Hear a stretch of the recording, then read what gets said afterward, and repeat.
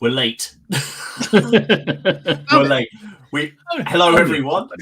Only a couple of minutes. Basically, before we came live, there was nothing to announce, and we were confused and trying to remember what it was we had to announce, and we were a bit unnerved. So, but anyway, welcome to your Monday Night Plastic Crack Podcast, Season 5.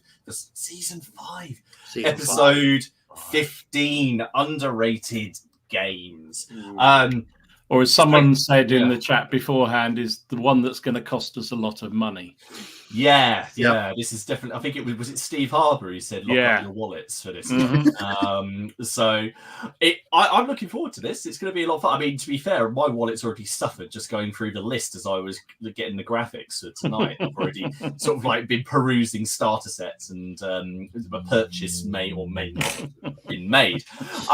Anyway, welcome everybody. Thank you for joining us on this Monday night. Of course, joined by I got it right that time, Steve. On this side, and below me down here, we have Dom. I wasn't here last week. I handed in the note, which was permitting my absence, but that's because my wife wrote it. Basically said it's her birthday. Although, to be fair, we're all scared of her, so it's fine. She did give me permission to come on the stream, but I felt like it was a test. Yeah, definitely one of those things that you do want. So she was like, you can do it if you want to. You can do it. Don't let me stop you. And I felt like it was a trap. Yeah, that was definitely a choose your own adventure type.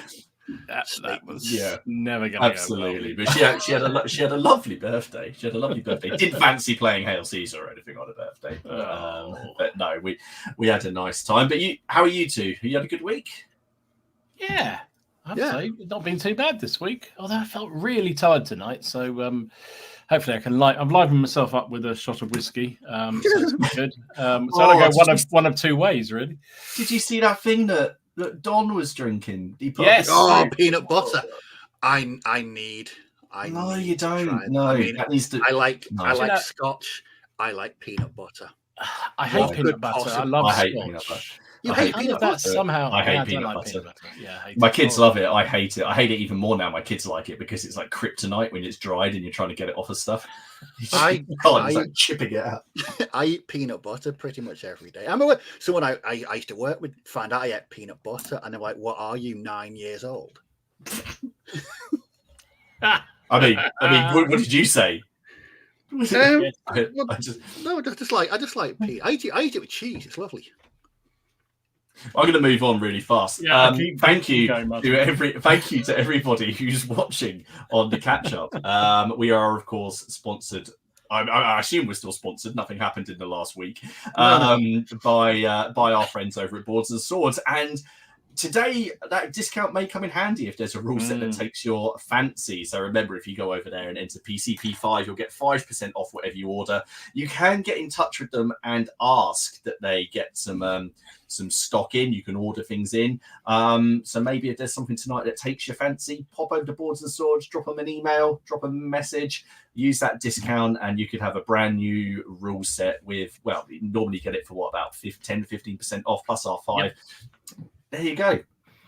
I think that's a good deal. Awesome deal. Should we see who's joined us tonight on this this heady evening? Okay, let's roll through this. David Baker, hi everyone. I'll be watching on the catch up as it's my grandson's 18th birthday today. Having a family get together. I think you should put us on, mate. Yeah, I think there'd be nothing more than an 18-year-old boy would watch the plastic background. John, how you doing, dude? 84 degrees Fahrenheit in Miami, Baker City. Now they're playing the waiting game. Hippos Hobby Hour, how you doing? Gary Wallace, Glendor, how you doing? Lionheart, East Norfolk's Red Steph, Lazy Pirate Painting, Graham's Wargame Vault, Lovely Blue Skies in Hampshire, Painting Genies Crossbowman. Why? What are you doing? Has he got a new I think he's getting very excited about is this a new saga? Age of Chivalry, because now, without getting into the genies are not chivalrous. Yeah, while the new ones come out, he's decided or the new Second World War's on. He thinks maybe Chivalry might be around the corner. We shall see. They've just done one more rule set, so the next rule set must be coming. I saw some photos. One Pablo Massa, evening, a cloudy 18 degrees here in Buenos Aires. Hello. Steve Harper, he's building Skaven, Rogue Trooper, Han and Jam, Andrew JF, Paul's Paint Shed. Hello from a bright, beautiful, but blustery Mercia.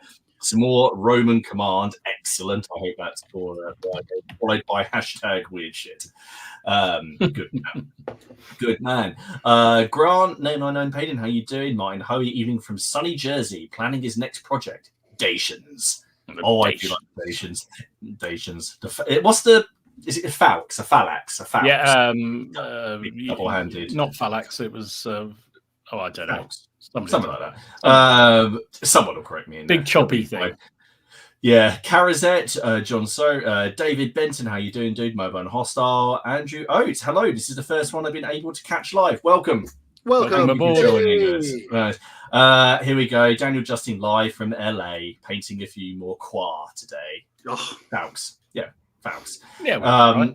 Old score FRP. Ben, evening from a sunny Colchester with my copy of Fairy Meat in Hand. Such an underrated game. I have not added that to the list tonight. Ben. Fairy Meat. Yeah, I will. There's a. You sure that's not something you get on a watch list? I think he got his lists mixed up. I think he did too. Yeah. History and Dice, Darren Ling from Darren from King's Lynn, a bit of a Ken fanboy. Is Napoleonics is my go-to. Underrated game for me is Carnage and Glory. Big here in the States, but not here. I've never heard it. Never heard it. If you got a link, drop them in. I was going to say tonight, guys, if there's links on the Facebook group to the games that we're talking to tonight, and I'm going to pin the post so that everyone can easily find it if you're in the Facebook group. However, if you guys are discussing rules or you have ideas, please post away, post links in the chat. We want to get everybody involved. Robin's here, Neil Oldham, Trevor Hodgkins, Miller's Miniatures. I hope you're painting. We've got a game tomorrow. Storm of Steel, Peter Little, Double Tip. Trey Janet, good evening, one and all from Murky Lakes. Underrated games, board games. Playing Nevsky by GMT Games. Truly understand the difficulty of carrying out a medieval campaign. Jason Horn, Marky Sparky. Congratulations, dude. I heard you were the winner last week. Nathan McGowan. And Nathan as well. I saw you down at the Bill Hooks competition on Facebook. It looked awesome. Friends of General Haig, Louis Baby, Weaverfish, hello, Alan Dean, Andrew King. It's going to do it. It did it. Show Shock Scenics, and then it jumps down. To write to a comment where it said, Paul's Paint Shed, my missus has Marmite with peanut butter. That's just, what's wrong with you? Just wrong.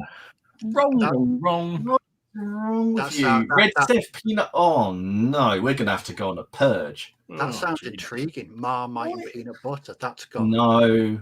I love Marmite, but I remember during lockdown, I was bored one day, so I made a sandwich, and it was white. It was like white bread, waffles, peanut butter, and cheese.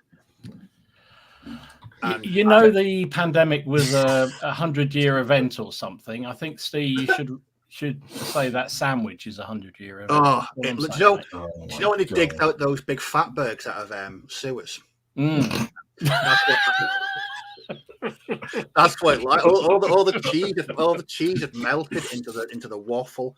And I heard fat birds there. I don't know why. Anyway, I heard that as well. I didn't want to say anything.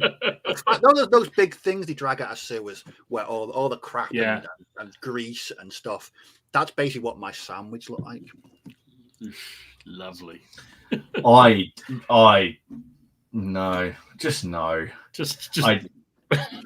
No. I don't really know where to go from there. Right. So before we come on to tonight's topic, which I'm not taking any responsibility for. I love the fact you've gone collective responsibility by saying everybody should put their suggestions in the chat, so that it's not your fault. Okay. Absolutely. Then we are a community, and the community is to blame. So there we go. It's nothing to do. Wait, I have to say, Haley came up with this, which I forgot to add to the post when I put it up, and then I got reminded in the comments by my wife. So I will not take credit for coming up with the idea.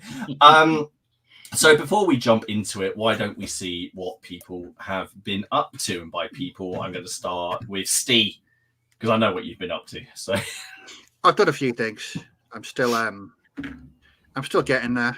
I was saying to Dom actually, I've got a gaming sort of weekend coming up in a fortnight with my mate. Okay. So we're going to be cracking on with some Achtung Panzer and cool. anything else I can rope them into that isn't bolt action. I fancy something different than bolt action. So we're going to try that or What a Cowboy or just something different. But we're doing Achtung. I want to do Achtung Panzer at 15 mil, and he wants to do it at 28. So we're doing it. We're doing it at both. So I realised I've not got that many late war German tanks in Europe. So I bought a Tiger and I've done it. And there we go. Finished it. Awesome. Dom, that was the one we were talking about last week where I put in the bin. This actually ended up in the bin. I sat that beforehand. I had a bit of a little paddy. I can't stand those multi-track things. They're just garbage. And I got in such a bad mood. I shoved the whole thing into the box, bent the whole thing over 180 degrees, walked into my kitchen and shoved it in the bin and told it to go forth and fornicate. I love it. It was worth your 2 hours later. I'd calmed down. I'd calmed down somewhat and felt. Yeah, I felt a bit ashamed of my actions, so I took it. Thank you. I took it out the bin, unfolded the instructions, found the bits that had snapped off the sprues, and I cracked on with it. I only cut myself 3 times while doing it, but it was a lot of fun. And I posted it in the Bolt Action Facebook group. And I was going to ask. I am the Antichrist. What can I say? How dare I put it on a base that round? Some people really need to get a grip of reality. So I don't think I'll be posting in there anymore. That was a lot of fun. And so I need to get a Panzer IV next. Because like I say, I have not really most of my German armors like Desert or Eastern Front. My mate's got he's doing a guards project. He's got a bunch of Shermans and Fireflies and stuff. So I need to do some European German tanks. So Panzer IV up next. I've also I finally finished these. These are lovely, very nice. Again, just these were something they were just sat there base coated, and I didn't really do anything with them. And then you have like a moment of madness where you just sit down and paint something from start to finish. Yeah, that's what I did with these. I just wanted something finished. Nice. But yeah, well, you're happy with those, and it's expanded my my epic ACW by a little bit. I've got some of those cavalry to paint, but I can't bring myself to paint them. The cavalry curse strikes again. No, it's like Dom said, front on. There's nothing. There's no detail. It's just like it's like looking into a grey void. It's like looking at John Major. It's just a grey void. Well, that's a retro reference. That is bloody hell. On the sides, the detail's perfect, but down the front, nothing. Void, grey void. Tonight, I am painting 15 mil Soviet and some 15 mil Soviet tanks, which is the dullest things to paint in the entire world. I'm going to be doing some kit bashing this week. I'm going to be kit bashing. Sorry for Space Weirdos, but it's going to be females in power armor. I mean, it's a complete coincidence that I'm doing females in power armor for my next Space Weirdos faction. Are you going to see if you can anger the people in the 40k forum and post them? Just see if you can sort of like alienate one community a week. No, I think it's a challenge. We should set him a weekly challenge, shouldn't we? I've been planning this for weeks. I don't want to step on anyone's power armor. How does he alienate the turnip community? Just put in there a completely unturniped guardsman, just with a drummer and a drummer, just completely unturnip, no mud. Just a clean warrior, maybe a stainless steel man. The band, the marching band, the guard band. That would be a good one. Yeah, that's what I'm doing a bit more.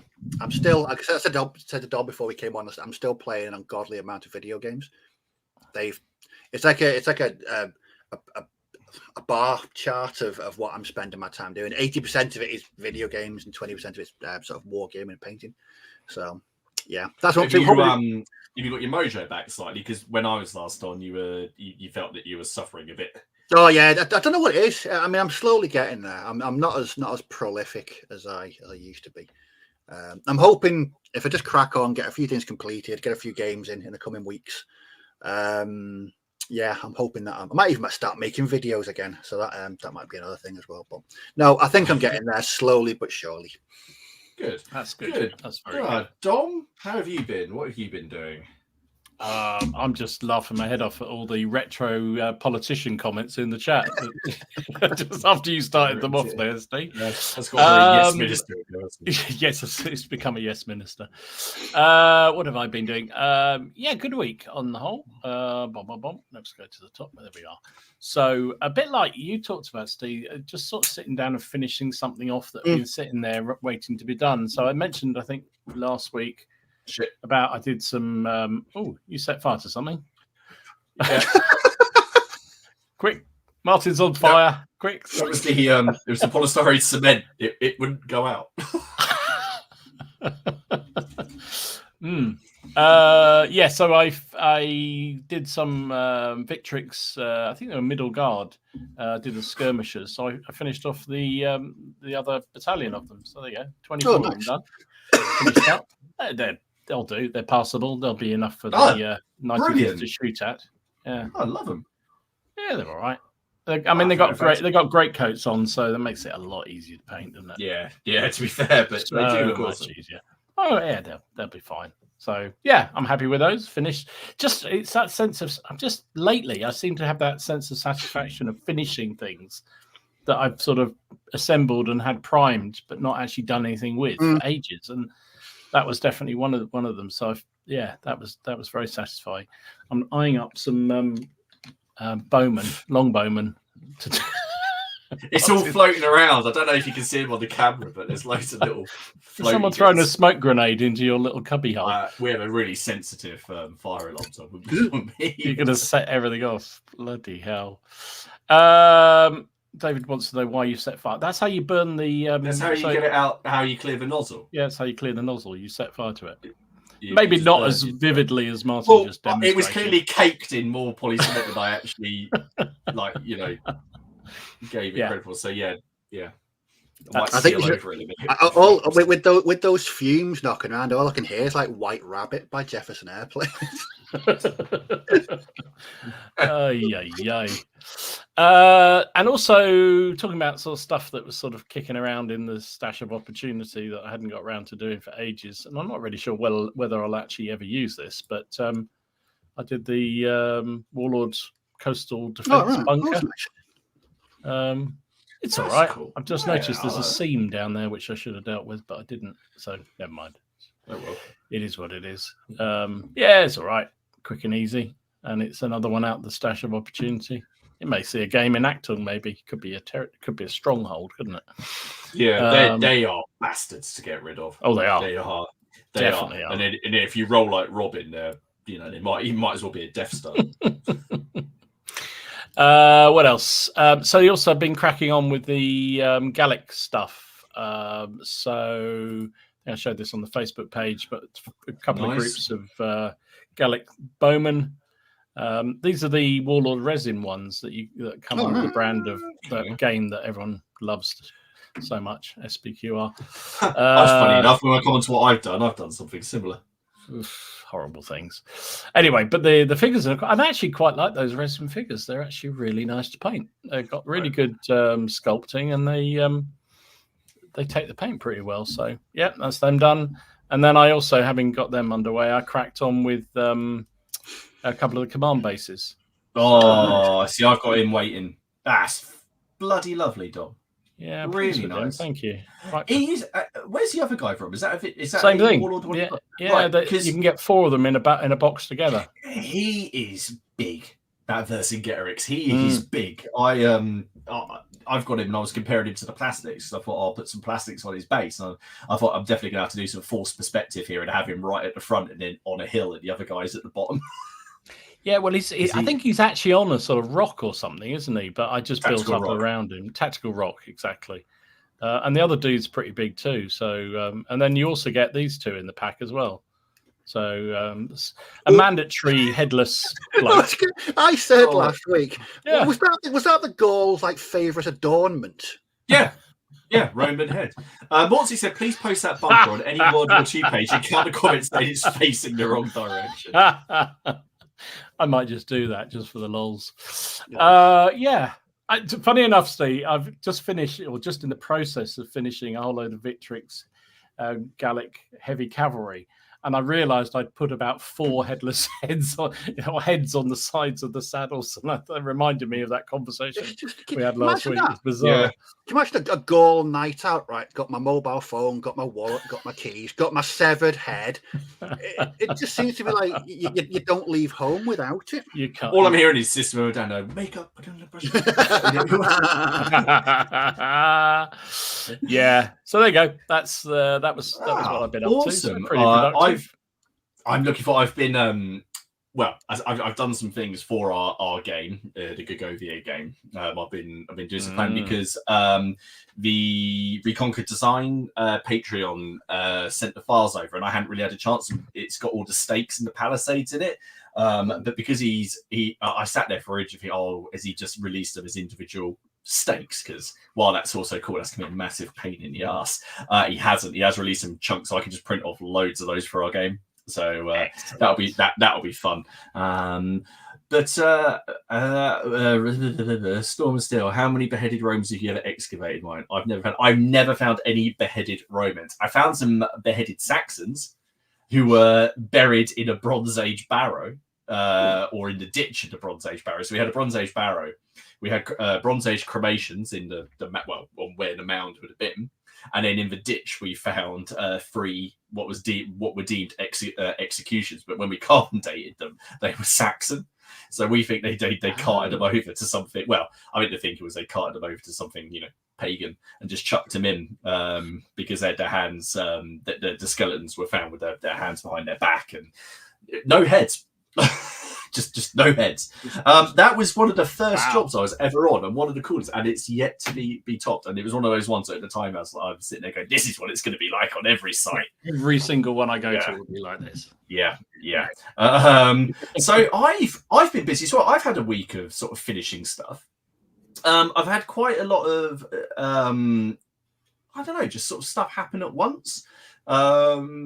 So roll through. So what have you? So I might as well start with the Gallic Wars. So I have done some doggies, and these are also from when they did the sale on the game that shall not be mentioned. I noticed no one added that to the list. It's a game nobody wants to play. So I use those. You do actually have more, but I just can't. Basically, I thought I'm just going to treat them like a unit of like skirmishes or javelins. The javelins can be the dogs running out. This was my first experience of Warlord Resin, to be fair. I don't know how I just haven't experienced it to date. I got on with everything except the chap with the sword. No matter what I did, no matter how I heated it up, but it just always kind of came back bonky. Yeah. So that annoyed me a little bit. But overall, considering I got them for about £4, I didn't think it was too bad. So there we go. I enjoyed that. So they'll be added to the war bands, the Vercingetorix. So I think we can field quite a lot now, can't we? There's going to be there is some rules for War Dogs. Someone posted. I commented in one of my videos about them, and they were on the Warlord forums before they shut down. So someone had clipped them, had done a screenshot and kept them. So they sent them to me. So they have got some rules, which I might try out. they seem a bit good. So I did wonder. I thought they might be a little bit too cheesy. Yeah, I'll probably just use them as a unit of skirmishers and just say they're armored javelins to represent dogs being let loose or something like that. Yeah. They're kind of more act, I guess, in the support kind of role. Anyway, so they were fun. They were quite quick to paint up. Next, I worked on basically. I've got a War of the Roses game coming up, which is going to be on the channel, which I'm playing against Ben, and it's actually like a semi-historical scenario. And for what we want to do, actually, I should probably say for what I want to do, I'm kind of bullying him into it. I needed more cards, and I've had this sitting around. I think I've had this sitting around for a couple of years. I think my mate Kev bought this, but I finished the supply wagon. Oh, nice. Cool. Which I love and hate in equal measure. I love it now. So I decided to do the rain because the reins, the bits from the bright, those are all. I added those initially. I used an elastic bands that was cut down, but it was too thick. And then I wandered around the house trying to find something. In the end, I settled on my daughter's bookmark. It had a tassel at the bottom of it, and I was like, "Oh, that's about the right thing." And it's braided as well. So I swiped that. So I've Tessa's bookmark is a bit thinner than it used to be. But this will be then. I think it's a really nice wagon. Although I did have to stick two long bases together to get the thing on there. I did sort of about how to do it. I thought about, should I have the horses single base, but then because I wanted them connected to the yoke and everything, I figured. So there it is from the other side. That's cool, really cool. Yeah, no, that's it. So that will be one of the key objectives for the battle. Who makes that one? Did you say? That's Perry. Oh, it's a Perry one. I thought it was a Perry one. Yeah. So the top of the wagon is resin, and the rest of it's metal, and you kind of have that fun bit where you're sitting there looking at the picture on the Perry website going, how does this go together? Because it seems straightforward enough, but I have this one strange bit that I had and it turned out that was just a bit of flash. Don't come off. But it looked like it had purpose. So yeah, I was pretty pleased with that. So that will be taking center stage in our upcoming battle, which is set basically in the closing hours of the Second Battle of St. Albans. So as the Yorkists retreat and they're trying to get off the battlefield. So I did that. I've got an English Civil War game, Piker Shot against Miller, and we've got something quite cool planned. And I basically decided that I have Charles and I use him in every battle, and I just wanted to do a commander that wasn't Charles or one of these named ones. And then so I thought, what do I have? Oh, yes, I've got that box of bloody miniatures that you can just dip into. So I picked through them and picked some out, and then thought these ones look suitably, what's the right word? Royalist. And I did this last night. So we have our little my little base. So this is I've named Sir Thomas Hollingworth, but I haven't got a name for the Wolfhound yet. So someone can please give me a name for a suitable Wolfhound. I think the Wolfhound, that's from CP Miniatures. I bought those when I wanted to do the Warwick base, but even though Wolfhounds are big, next to a Perry miniature, it looked ridiculous. It was like a warg. That's obviously Wolfie McWolfhound, obviously. Wolfie McWolfhound or Wolfface. So those are bloody miniatures. I thought he's either an unscrupulous local MP, since we're on that sort of him, and then he's got his his little henchman. Actually showing that on Cromwell's birthday. Jeez. I know, isn't it beautiful? Good. And there we are from the other side as well. So I did that last night. I was really pleased with that, actually. I do love the Dirty Mike. Or we could just call it, Dirty Mob. I don't want to know. Baldrick. Yeah, keep on. I mean, Waffles. Waffles. You really started it now. Look at this. Frogmella. Keep on coming. Sprout. Well, I do quite like Sprout. I don't know if Miller will let me have special rules for the Wolfhound, but I'm looking forward to it. So we're going to be having a game. I won't give it away too much, but it's going to have no named commanders in it. We're going to do our own and just have sort of a vanilla game without having Charles or Manchester or someone else running around, because there's rules for randomized strategy ratings in the book anyway. So I thought we'd use those. And also I'm not going to be taking if I don't have Charles, then all my men don't just become stubborn. Sad Kenneth. It'll have to be Kenneth. And then as well, I may or may not have seen, I'm guessing some people have seen, I finished my version of the Watchful Lord, who's coming out this week. At the end of the week. So I've painted him up as Lord Falkenberg, William Neville, who became Earl of Kent, who may or may not have been very decisive at Towton, if you believed it. The stories about the wind and the hail and everything else, and he fired the Lancastrian arrows back at them. It sounds good, because So yeah, he was fun. Just a bit more. Well, to be fair, I was really proud of my livery, and then I saw what Paul Mackay did, and I just felt it. Was it? I mean, it's ridiculous. I mean, I have got his one for later on. But yeah, here he is. So yes, of course, I've got these, and then I've been doing a lot of prepping for the end of the week, because there may or may not be some miniatures coming out this week, and I didn't want to underestimate what happened last time, and you told me I shouldn't. So, and it's a bank holiday weekend, so I think hopefully I'll be doing a lot of packing. That's what I want to happen.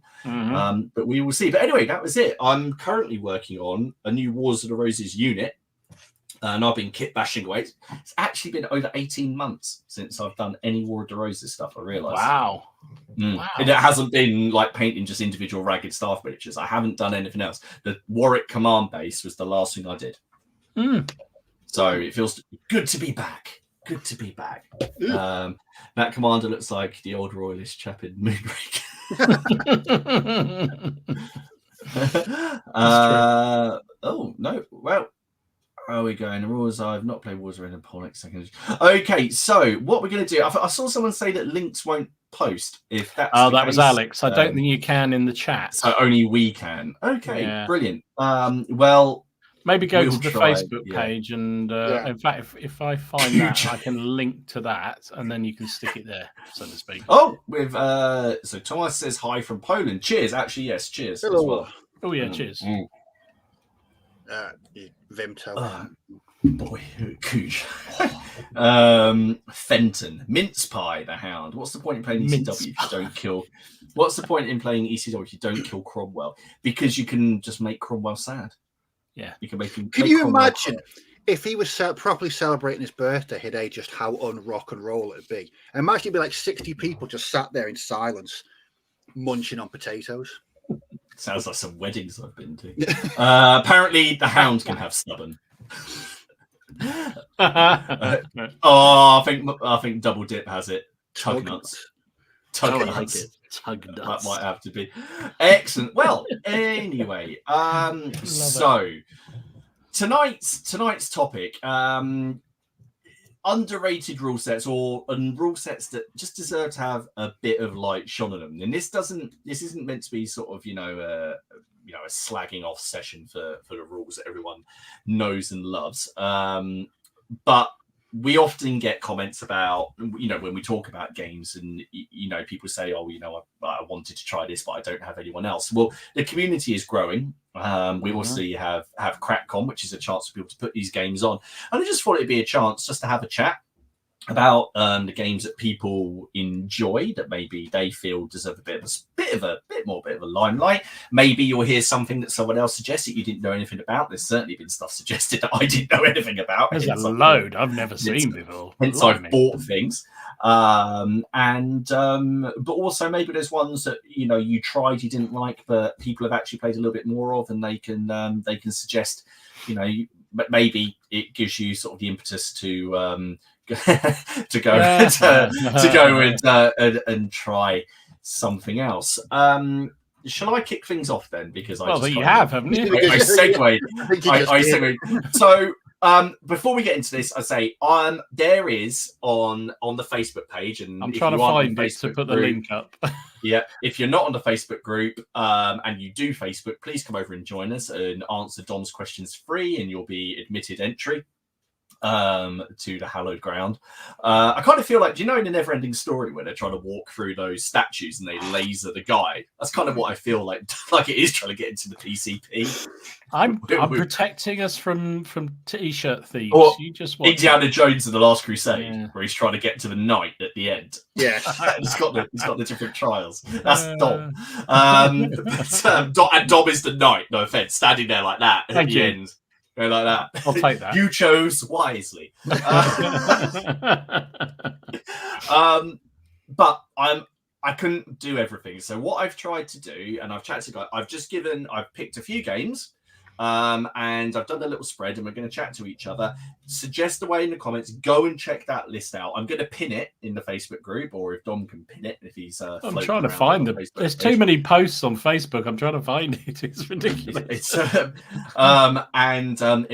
be up there. But I'm going to kick things off with a rule set. Now, I really enjoy. I don't play as much as I should, and it was suggested a few times, and that is Impetus. Which I bought, and of course one of the main things I love about this is, guess what? It's ring bound, so you can do this. Massive selling point. Massive selling point. Yeah, and it doesn't have an index though, which boo. Yeah. So I bought this game with the intention of using it for my Carthaginian project that fell on its ass. So who knows? Maybe with the Epic Hail Caesar or the Punic Wars release, this may sort of see a return.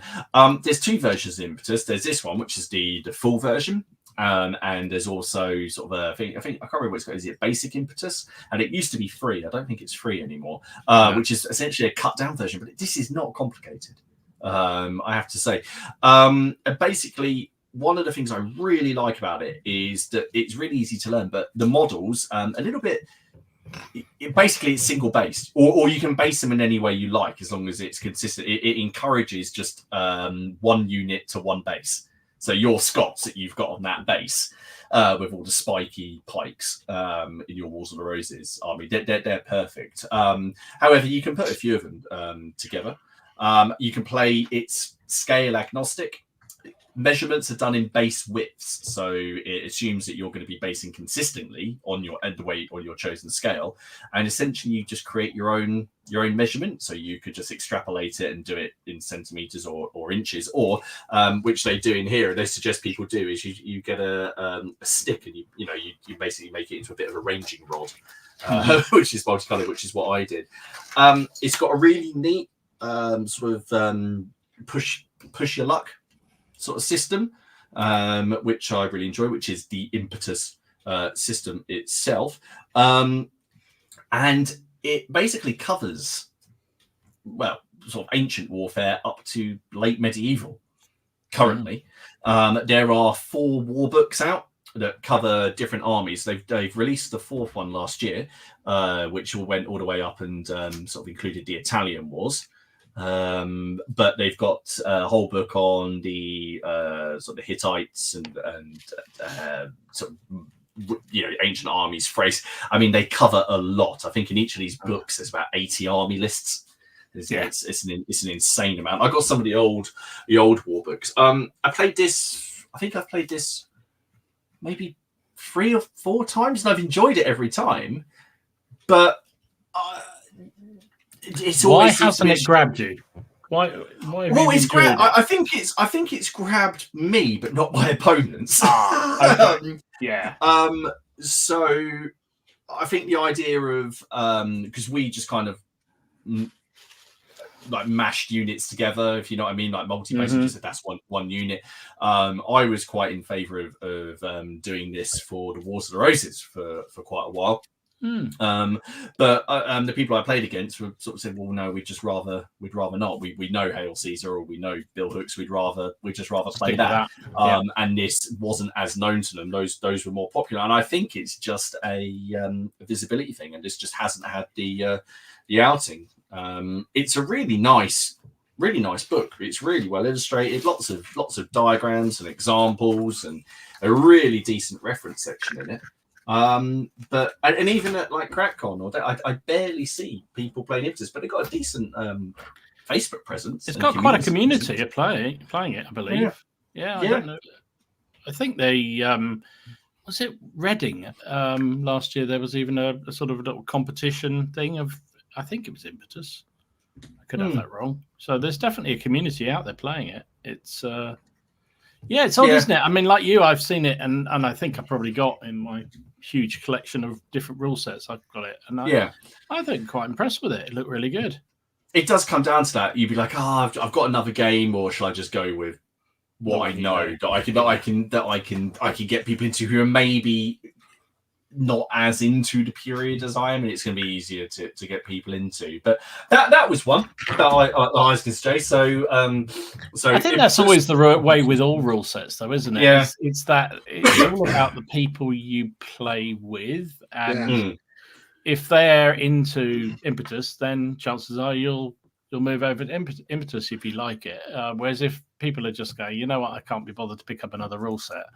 We'll stick to what we know. That's what you're going to end up playing, which is a shame, because I think there are one of the beauties and also the curses of this hobby, particularly on the historical side, is the sheer volume of different rule sets out there. So many different types.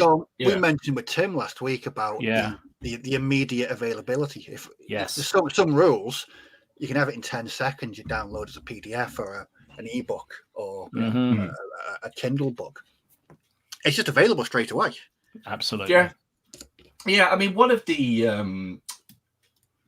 things I was going to say, because I saw this come up a couple of times. Obviously, a lot of it comes with exposure, and that will come through YouTube and through gaming clubs, and people saying they'd like to see run-throughs of these games and of less popular systems. And I think all of us have done videos on less popular stuff.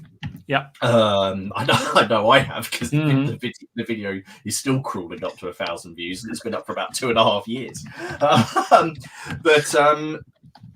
There comes a point where, even though you do the channels and that for the fun of it, you still want to, if you're going to put the time and effort into it, you do want people to watch it. So after you've done them a couple of times, if no one's watching them, then I want to do something that's going to be watched. Dom, have you got one? Well, funny enough, I had one, and then you did in the intro. I suddenly remembered another one which I haven't actually played yet, but I think you may have played. So let me start with the one that I have played a lot of. Oh God, where's the pictures gone? Here we go. Is Muskets and Tomahawks? Absolutely. Now, absolutely. I don't know what's happened to this game, because, and maybe I've missed it, and maybe it's just my own gaming cycle of people, but I don't see, when this first came out, so it's, as the rules say, it's a skirmish game for black powder, and there's two versions of it at the moment. There's the American War of Independence period, and then there's a Napoleonic version. They've run it very much like Saga, haven't you? You've got This is the system book. So Muskets and Tomahawks is the system, and then Redcoats and Tomahawks is the American War of Independence, 1812, and French Indian War. And then Shakos and Bayonets is the Napoleonic one, basically. Exactly that. When it first came out, I think a lot of people seemed to pick it up, and we did in Farnborough. A lot of people played it, and we really enjoyed it. Really, really good rule set. For some reason, it doesn't seem to have progressed, and I don't know whether, being slightly mean, whether the Napoleonic version sort of killed the enthusiasm, because I don't think that was very good. Whereas the American War of Independence was very good. But I think it played to the rules, in it. Personally, for me, and again, wargaming, as we've discussed, is a really broad church, isn't it? And I just feel that it did the skirmish warfare, guerrilla warfare really well. I think it would work really well if like Alex, if you're doing like, you know, the peninsula and you're doing Spanish guerrillas against the, or if you're doing against the French, or if you're doing almost like a sharp kind of thing, don't hurt me. But I think for where you've got units, because the units for formed infantry in Muskets and Tomahawks to me are a bit of a novelty. I don't know, when we take games, no one takes multiple units of mass infantry. You maybe have one or two, because you don't, if someone comes into the open, you don't hit them with a volley. But they're not really about the meat of the game with the spotting mechanics and all that kind of stuff. I just feel it does really, really well at the skirmish warfare. And I think that the sooner they get the ACW one out, I think that will be. I think that might help. I mean, it's interesting. Tim says here, was it a bit overshadowed by sharp practice? They were very similar, and I think, but very different also in the way the mechanics worked. And I think they both existed. I mean, my group used to play both sharp practice and Muskets and Tomahawks for the AWI period and enjoyed them both. And I think they were equally strong on both sides. Now, I think sharp practice for me was far better at the Napoleonic period, and I think what you say is absolutely right. I think that that massed battle scenario, just not mass battle, because it's still not a mass battle. Availability, do you think? I don't know. Yeah, well, it is harder to get hold of. It definitely goes out of print more often, that's for sure. A lack of availability. Is it also because it's French? I really do think it does that French Indian War thing really well. I haven't had any desire to play it. When the Napoleonic one came out, even though I've got Napoleonic armies that I could easily use in it, I didn't think, I'm going to pick that up. I just thought, to me, that rule set excels for what it was originally designed for. Yeah.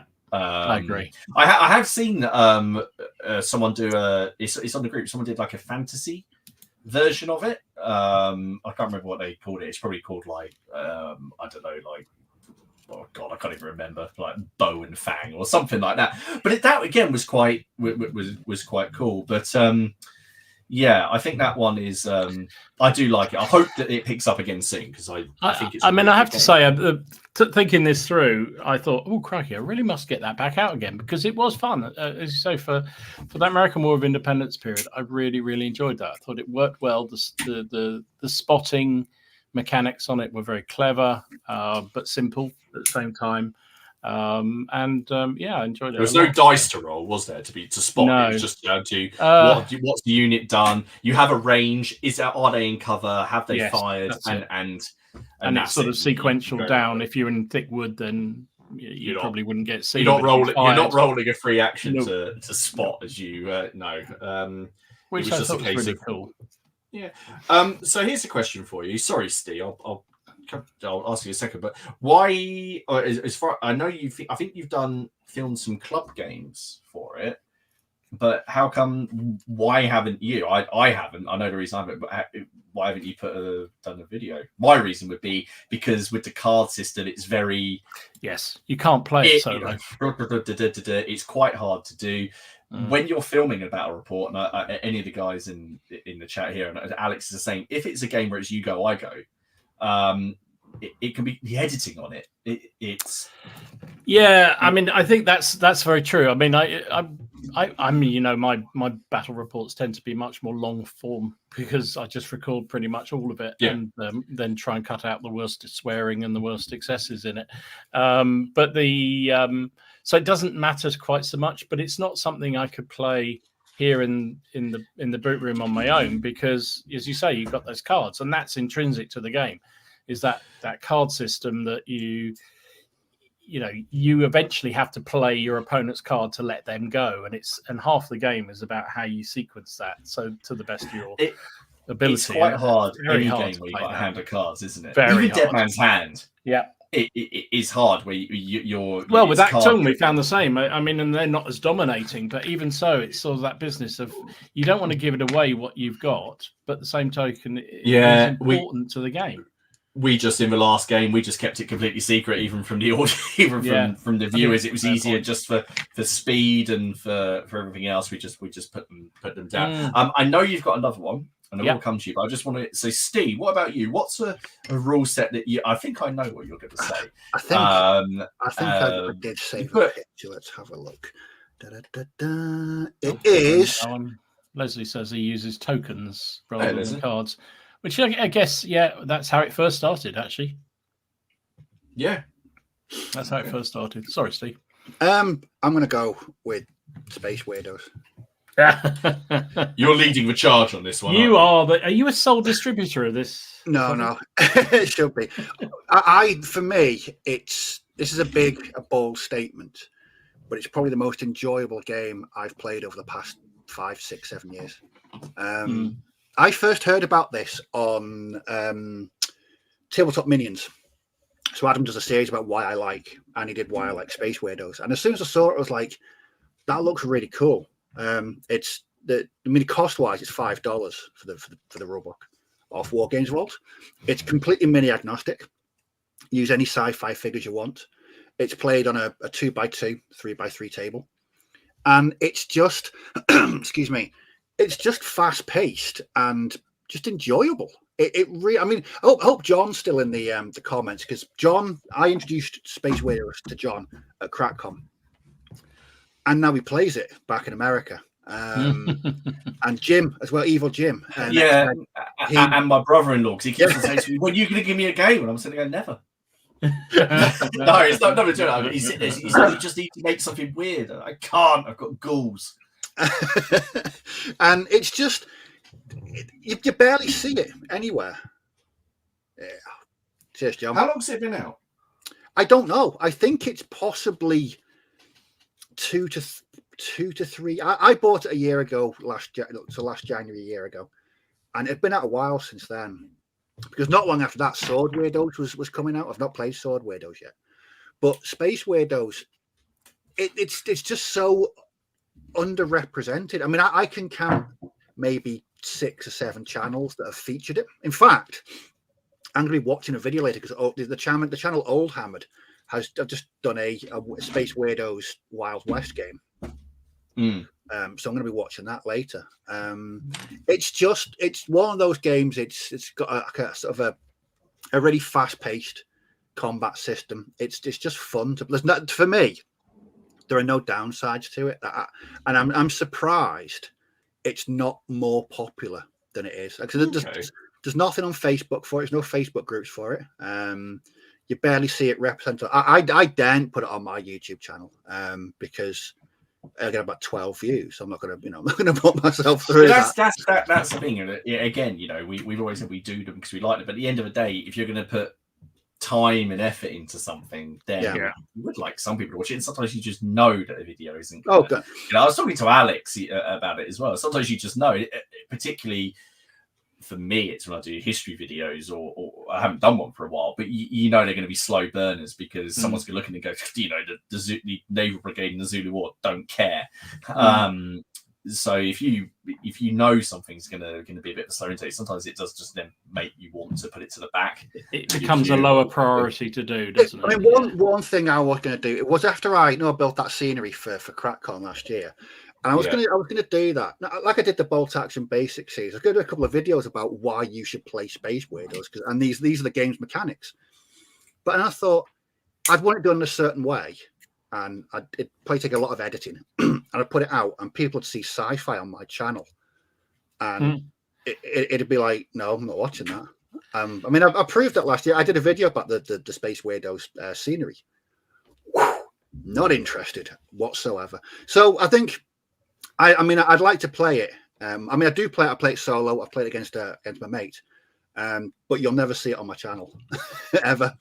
So then, in a way, that's quite enjoyable sometimes to have. Sorry, Don. I was going to say to have games that you don't feature. I've done it against some of my friends that I play games against, and I don't film them. I don't record them. I just play them. I enjoy them. I play Star Wars Legion. I really enjoy Star Wars Legion. Would never put it on my channel. No, I'm the same with Space. I mean, I absolutely love Space. I mean. At CrackCon, I didn't actually get to play, but I sort of umpired 4 games, and they were all 4 of them were just fast-paced, exciting, everything you want in a tabletop game. Everyone grasped the rules after 10 minutes. It's got a level of depth. I mean, on the surface, it's quite a simple rule set. I mean, the actual rule is only 15 pages long, and it's A5, so it's like really small. Building a list. I mean, you've got 4 figures aside. I mean, so that the really small forces, you can dig out through your sci-fi collection. You can do what I do a bit of kit bashing. But once you start playing it, you realise there's a tactical depth to it. Using your command tokens, it can get quite complex when you're playing it. And where can people go to get it? Sorry. Oh, Wargames Vault. It's available on Wargames Vault to download as a PDF. I think it's about $5 to download. But once you've got it, you'll sit down and you'll learn the rules in about 10 to 15 minutes. Okay.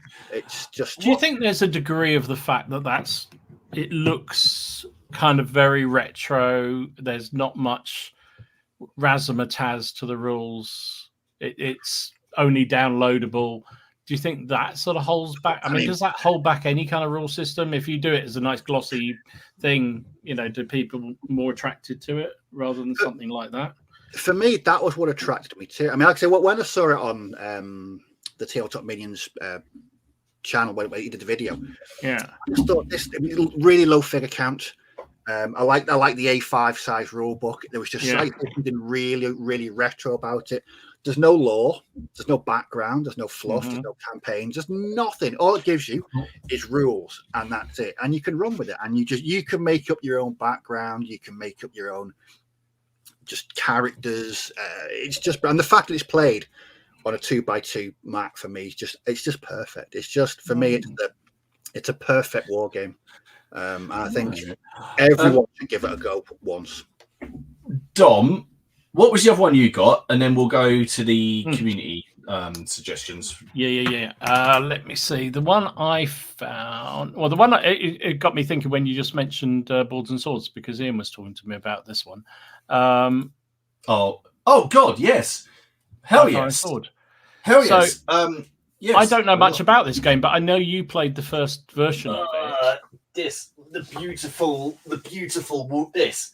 The best looking. Look at that. Best looking rule book. See, he's on about like he's like, look at that. How's that for a? Well, exactly. So it kind of goes against what I was just saying, is because you got Steve's kind of paperback writer, and then you got Steve, that. do you recognise these kind of army lists? Yeah, it's Flames of War, isn't it? It's essentially like Flames of War. I love this game. I completely forgot about this game. I love this game. It's got a second edition. It's just one from Kickstarter, and they've completely changed it. Absolutely changed it, and I'm really nervous about it. In fact, I was chatting to it. I might be jumping on Ian's Kickstarter and trying to get an extra rulebook. I'm terrified of what they've done to it, but I've just not replayed it. What I like about the fact they've done a second edition is that they have completely changed it. It's not just we've tweaked a few things. They have completely changed it, so it's not like we'll just play the first edition. That's a mass battle. It was a game that very much tried to do everything you had. To them, a skirmish was 15 mil figures, cavalry, lots of cavalry in the skirmish, and obviously for the period it's depicting. Then you had Task Force, which was sort of like a garrison kind of level game, if that makes sense. And you had the grand battles. No one, I think, ever played grand battles. Everyone just did the skirmish because it was so much fun, because skirmish for them was still fairly mass at that point. It's a great game. It's a really good game. I think I've bullied 4 people I know of into playing it. I know Miller. I convinced Miller's other half to buy the Force for his birthday. But everyone's waiting for the second edition to drop to see what it's like. And as I say, they have changed things up. They're releasing videos about it quite a lot. But yes, I think it does. I'm intrigued because I was really intrigued when you talked about it, and I think I bought the first edition, but then the second one came out. I only bought it on eBay, and then I thought, well, there's no point playing that because everyone's going to be playing the second one, so I'm going to wait for that. But yeah, I'm fascinated because also you could, as you say, you could play that period, particularly the eastern side of the, I guess it's before the 30 years. I suppose it's the early part of the 30-year war. But I think it's really fascinating. So I'm looking forward to that. Really they've got a new starter set, which is well, they've got Ottomans. Okay, they've got loads and loads of 15 mil Ottomans, and their starter set is Polish Lithuanian Commonwealth versus Ottomans. So Winged Hussars, Janissaries or Janissaries. I mean, that's just sold it, hasn't it? Yeah. So there you go. Well worth checking out. Before we go, we'll go for a few, and then we will go to the news now. I'm going to lead the way. So I haven't just done historical because we are well, as you can see with Steve. Well, I play fantasy as well, and Dom does, no matter what he says. Let's go with. So this got quite a few people saying this, and I'd heard of it, but I never actually even really clicked on it. And that's by Studio Tomahawk, and that's Congo. And I had never looked into this or anything else, but it's got a really big following. But I could find barely anything out there on it. Have either of you had any experience with this? Ken, the eccentric man. Yeah, I was going to say Ken. He's the very, very first person I ever saw playing it, and he loved it. He really enjoyed it. So it's more of an adventure game, isn't it? Yeah. Than that, and it's very much. Yeah, I noticed that there's quite a lot of pulp stuff that's coming through.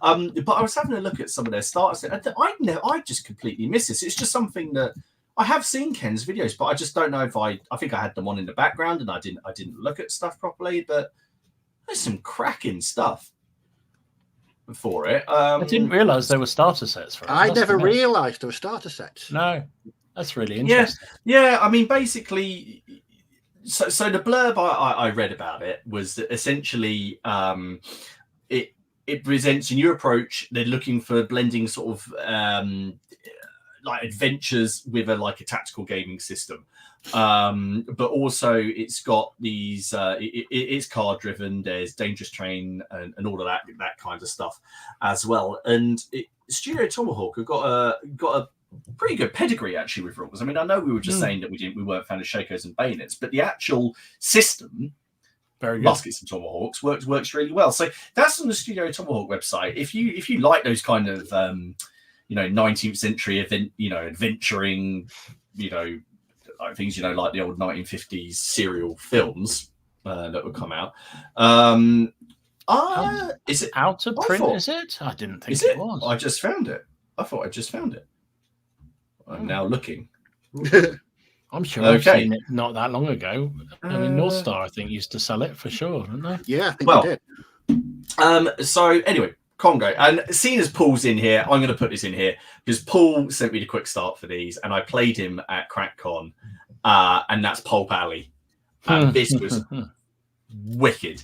I loved this. This was awesome. So Pulp Alley is essentially like a narrative pulp game. You can essentially create any narrative you like with the game. In the game that Paul ran, it was very 1920s. You're in the jungle. You got to get the I think it was like you got to get like the idol, and you've got to get it to A or B, and there's a certain risk reward mechanic, and you have initiative until initiative is the initiative system is quite brutal in the game, and it's for 1 to 4 players, and you could really create like a cool narrative. So you could play it, and you could do, because that cover there is very Hellboy. That's basically Lobster Johnson. I was thinking that. Or, as Paul was telling me, you could do like a group of guys invading a castle in the 100 Years' War. You could do something with the Romans or the Gauls. Did either of you try it out? No, sadly, I didn't. No. I'd love to have done it. It looked brilliant.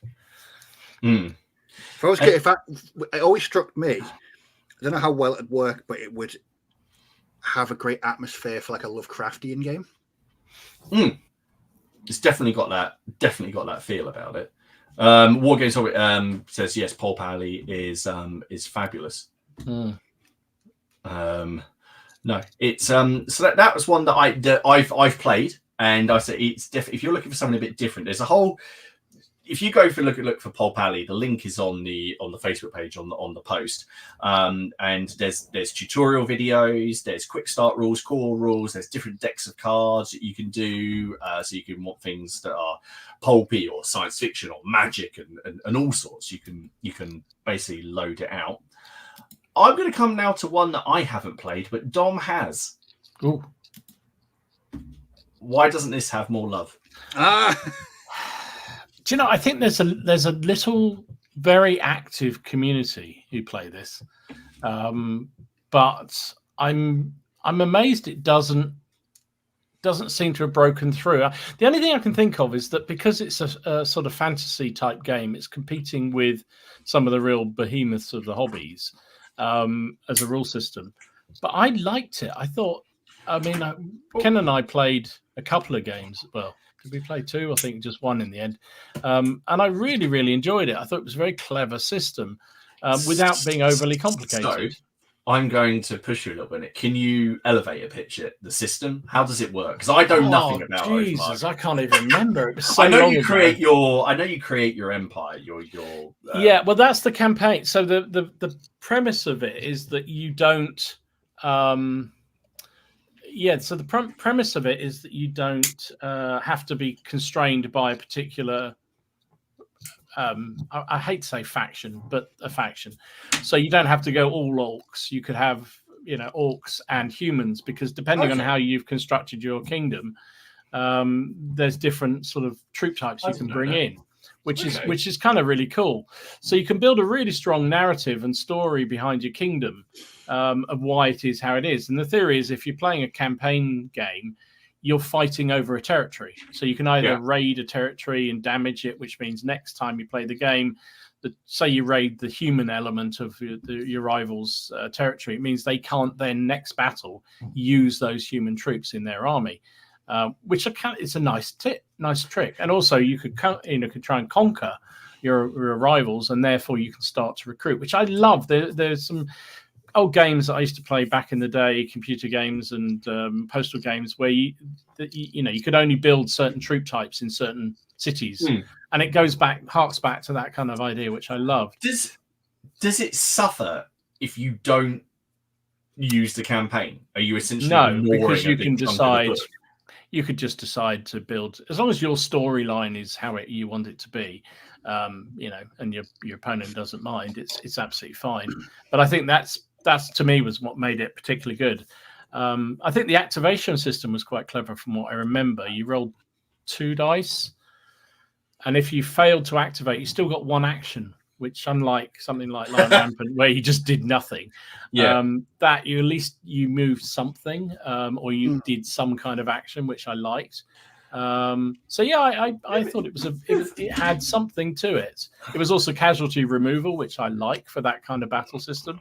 So your units got worn down as they headed across. So I thought that was good. Do you know what's quite uncanny? What's that?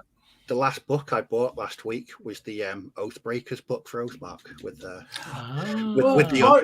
undead army list. I was going to ask Steve, is it you've got that undead army, which is essentially a system free undead army. You did it for Warlords of Erewhon, but it's usable. Is this a game you consider? Yeah, we're doing it. My mate's just got into Oathmark. So that's why I ordered that book last week, because I couldn't find it anywhere, and I found out, different books, different factions. And got it ordered, had it the next day. Really interesting. And the good thing is, I think they recommended about 1,500 to 2,000 points as a sort of a starter game.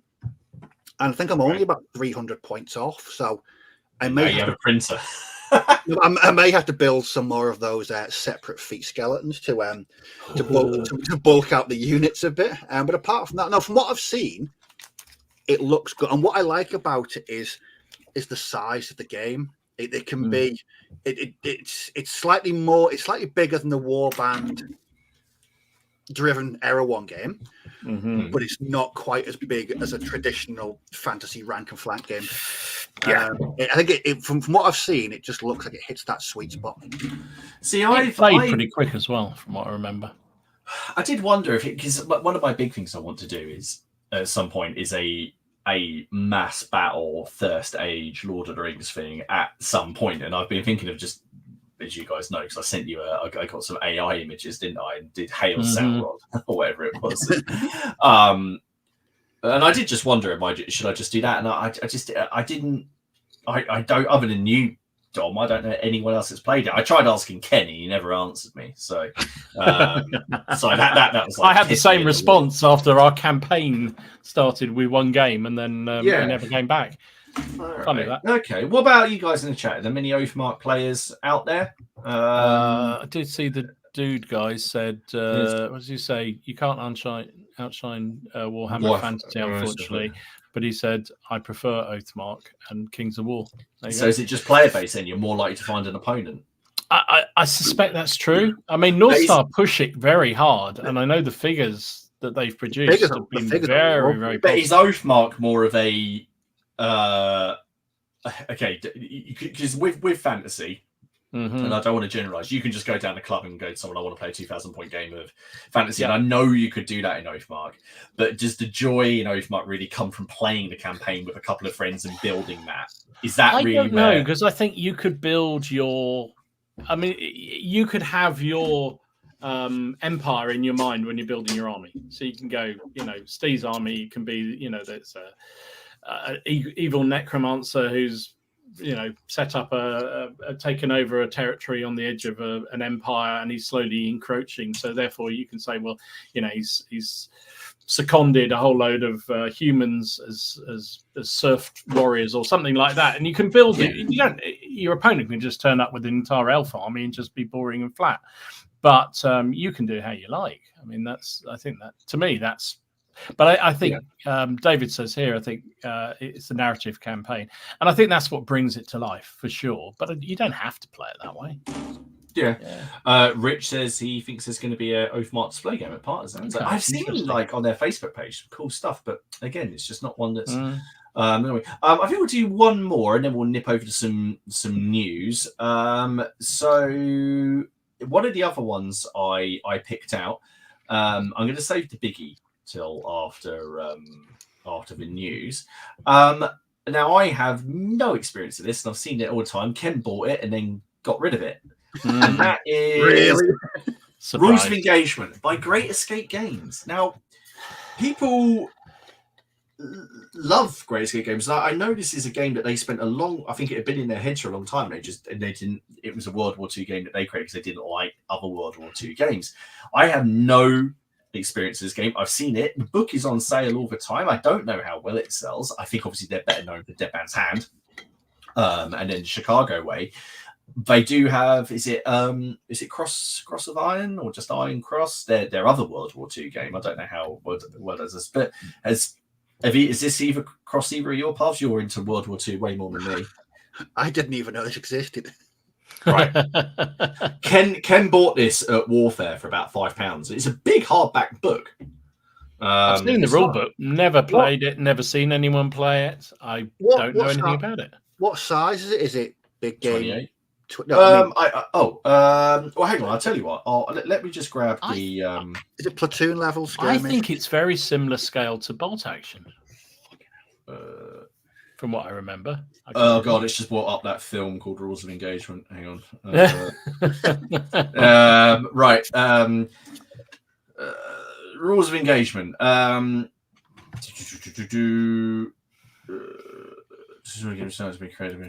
Steve says he needs to play Oathmark again.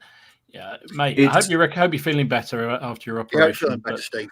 But it's a 240-page book. Okay, it's very good. Detailed history of the war, hobby section. It doesn't. I can't actually find. Hang on. After action reports. So there's a whole on their website. They got two battle reports. The rules. There's tutorials on here. Platoon level from what? Right. Okay. What he remembers. Shaco's saying. Yeah. Platoon level. But yeah, I don't know, Alex. If you're in the chat, you obviously is this come across your? It sits with Bolt Action and Chain of Command and just can't compete.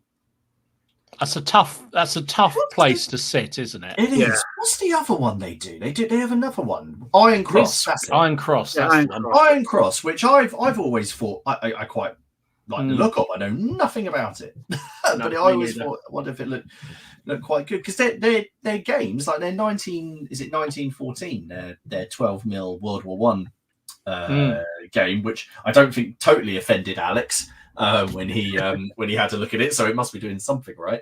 It's interesting. So they've got good sort of good pedigree. Maybe it's one worth checking out. Steve, try it. Tell us. Try it. Tell us. I think sometimes it is difficult though. If there's to put it into like a video game analogy, it's like when games or companies release open world sandbox games, and like, is it better than Grand Theft Auto? Yeah, it's not going to compete, and I think sometimes that is a danger. I mean, it could be an absolute gem. I mean, it could be like a real hidden gem. I mean, the fact that I'd never heard of it. So Paul. So Paul says it came out when I owned Bolt Action Miniatures. Great Escape Games used to sell our figures under license before Warlord bought Bolt Action Miniatures. That's interesting. Other Paul says Iron Cross is great in its company level, same as 7 Days to River Rhine. I forgot about that one as well. Oh yeah, that's another one. They've got quite a few games. Great Escape. It's just obviously the flagship one is Dead Man Sand. Okay, that's awesome. I think it's time to do some news. Where is it? And then on our resident newsreader Dom will be ready with it. So you've got this is 6 seconds, Dom. You've got to be ready.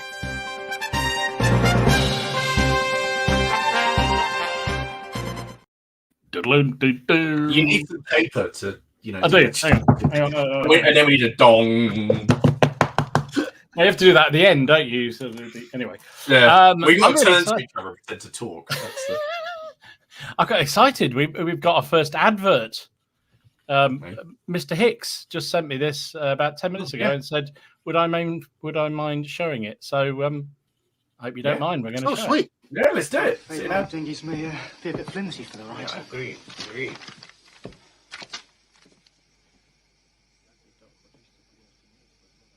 Till the general will come in. There you go. Wow, that's fantastic. That's awesome. Did you hear that? Did you hear that? It's the sound of 1,000 wallets crying out at once. There was. That's So awesome. 4th of May is the Kickstarter for Arnhem 2. If you want to get hold of all those lovely, lovely figures from Mr. Hicks. Jeez. No, I can't. We know what Tom's going to be. I can't. They do look amazing. They do look lovely. And as someone that's got a Polish airborne army, it's just crying out for reinforcements. Jeez. So yeah, that's the first thing on the list coming out. Also referenced this earlier on. Studio Tomahawks, V for Victory, which they had to point out meant 5 for victory, which is kind of worrying. But there you go. They are French. That's so. I'd just like to say that Dom's views are not representative of mine. This is on all the rest of the or mine. Listen, or mine. I've got to get it out of my system because I painted a whole load of French Napoleonic. So come on, give me a break. So this is, I think this is the same pre-order in June, I think, for this. Or maybe it's available in June. There you go. There you go. So it's on there. Here, read it, Dom. It says V for Victory would be available in June and appear as a pre-order anytime, any day on North Star. So it's 30 figures aside, roughly, Second World War. I think at the moment it's late war. I know nothing more about it other than that, but yeah, interesting. They've been working on it a long time. That was the premiere. Paul said it's the first showing. We got. There we go. Cheers. There we go. Awesome. So you could pick up those lovely Paul Hicks paras and go and play V for Victory. There you go. Perfect. So other things, what I have seen lately is Empress have brought out or about to bring out a new range of ultra modern figures. So I believe they said these are inspired by images they've seen from the Ukraine conflict. So there's a whole range of models that they're bringing through, some of which, if I'm honest, look better than others. But there's some really interesting, if you're into your ultra moderns, Mortar Team there. Spectre is Spectre would be another one for this, wouldn't it? Yeah. And I do get the size of that weapon. Blimey. So there you go. That'll ruin your day. It would give you a bit of a headache, that's for sure. So that's that. So I know there are a few. That's a niche period of rules, isn't it? Is ultra modern or modern rules. No, it never seems to really break into the mainstream. And then I know Martin will be all in on the Reconquer. I mean, I'll be getting those anyway. And but the thing is, I haven't had time to paint what I keep printing all the stuff that he does and sends, including obviously the stuff he did, the blessing that he did for me. But that's Saladin and his like bodyguard and his boys, and you know I've got a Crusade game coming up against Robin, so he's gonna have to make an appearance, really, isn't he? So yeah, lots of good stuff. Although it's a bit quieter, I thought recently. But what have you seen? Is there anything you've got? There is. And my thing's just done that. I just realised I can't have Saladin because we're doing the first Crusade, and our game he's obviously the first. So time traveling. Saladin. So I saw a few things. Been brought to you by Ridley Scott. Yeah. Were you there? Can you tell? Just no. I don't know. News. Obviously, this week is the premiere of Shard Lake, the CJ Sanson series on Disney Plus, which is set in the Tudor period. Sean Bean is in it playing Thomas Cromwell. It's 4 episodes. I love the books. The author passed away today. It's premiering today. CJ Sanson. He was. I think he'd been ill for a while, but I think that's incredibly sad. He's got his series is premiering. It's I'm looking forward to this. I've been looking forward to it because I love the novels. The last one, Tombland, which is set in Norwich in Ket's Rebellion, is a fantastic historical novel, but also an amazing bit of historical research as well, because the lengths he went to get it correct, and he sort of going around Norwich and doing research. But yeah, I'm hoping that the series is going to be good. So there's some news. That's I don't know what this guy's actual name is, so I'm just going to call him the White Dwarf. Games Workshop are released for their 400th 400th issue of White Dwarf. Here is the White Dwarf. I can't remember his name. I know someone's going to tell me in there. It'll just be the White Dwarf. It's probably going to cost me a kidney, but I would buy that. I'd buy that just to paint it. To be honest, I think that's quite cool. I actually think that's pretty cool. I got to say, what do you think? I knew it'd be him. I knew it would be Matt. I knew it'd be Matt. See, I really like that. Steve, does that float your boat? No. No. Okay, I know you're going to ask Dom. Both his feet are on a rock. Yeah, both feet are. That's why he's so big. He's a dwarf on a rock. I mean, it's kind of quite like it for what it is. Interesting model like it for what it is. It doesn't float my boat, but whatever. It's the 400th. I actually looked. No, it's 500. No, is it? Balls. I thought I was being. I'm actually going to look that up. I even made a note that it said for it, so I clearly wasn't paying that much attention when I. All right, okay, piss off. Okay, right, moving on. These I thought were quite cool. So another one, which wasn't mentioned in the Facebook feed, but a game that I keep on nearly buying is the Red Book of the Elf King by Rick Priestley. Oh, it's the Rick Priestley one, yeah. And it's published by Lucid Eye, and it's got a different take on elves to everyone else. They're basically a bit more like they're originally described in like Norse. Basically, they're brutal. And they've got Lucid Eye, who just do metal stuff. They've got some new ones. So here's the command groups. These are the Golden Eye elves. So there's their Golden Eye command, and then they've released 2 packs. See, I keep looking at these. I just think this game looks quite fun. It's got a very traditional sort of priestly style about it, but again, I just see nothing about it. There's a couple of battle reports online, but they're quite old, and I think there's been stuff updated. There's another pack here.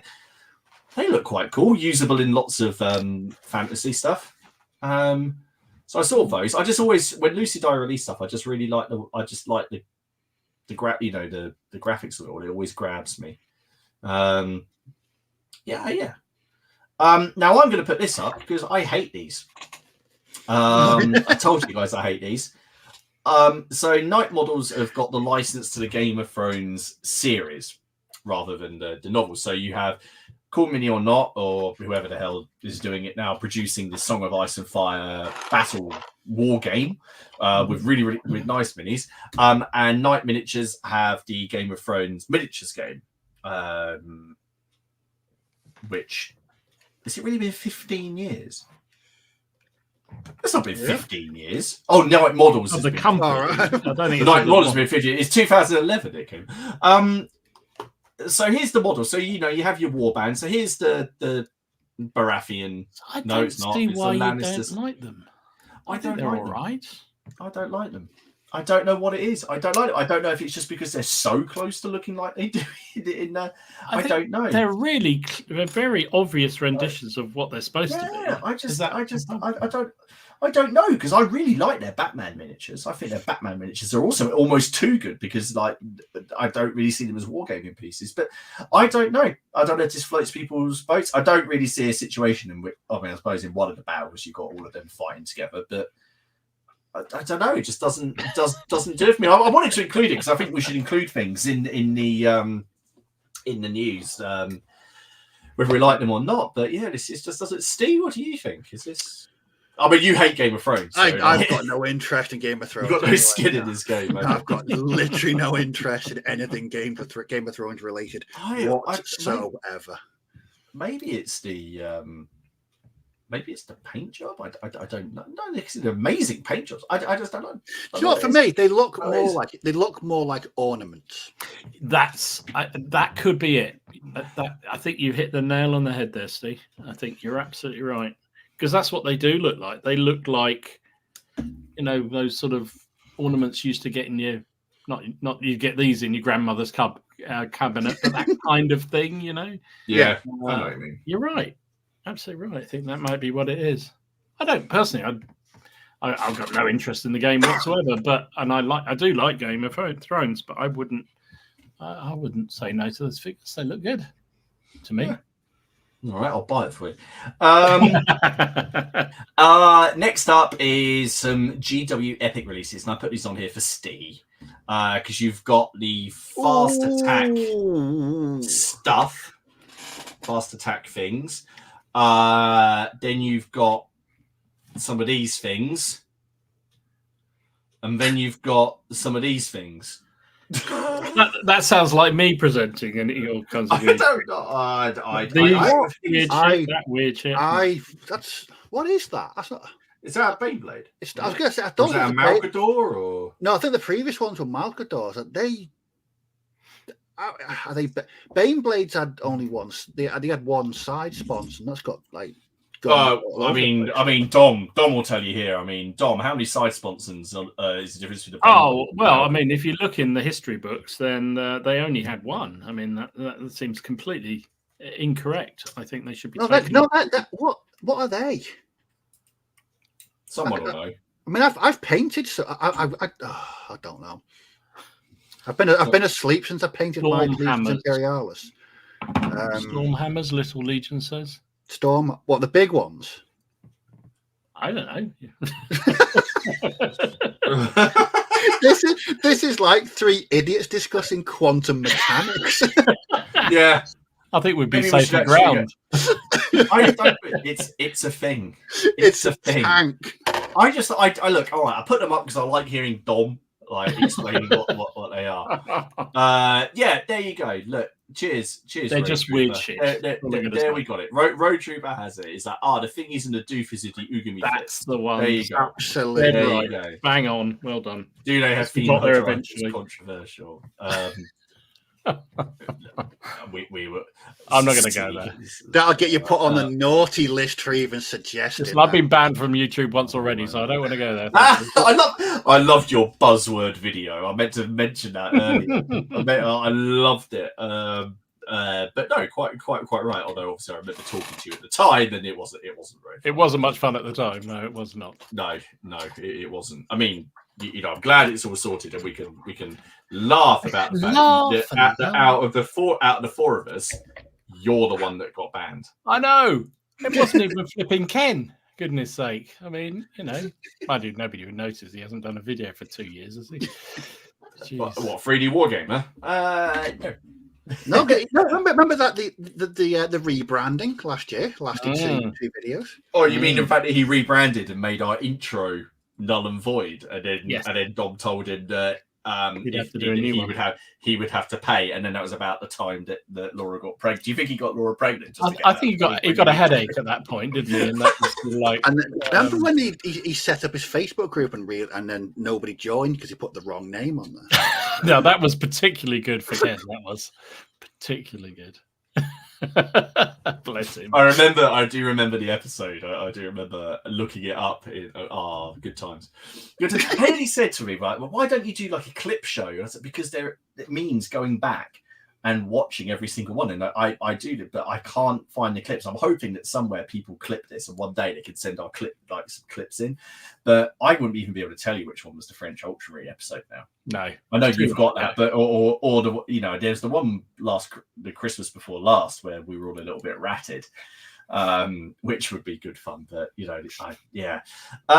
so, oh dear. So, I suppose the only other bit of news is with the schedule. So, good old Ken, a legend in his own team, right? Next week is a bank holiday here in the UK, so we won't be streaming. And so is the end of May. So next week there won't be a PCP. We then have 2 PCPs and then another bank holiday, and we take bank holidays off. Them the rules now. These are rules carved in. So the union tells us we got to do it. So we will, but we will put the schedule up along with whose channel and everything that will be on. So.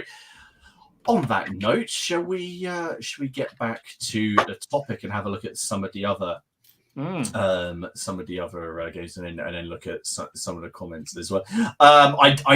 Yes, the one where he's got games as the minister. Yes, that's still the classic. Yeah, I want the bit where he announced Laura's pregnancy by accident.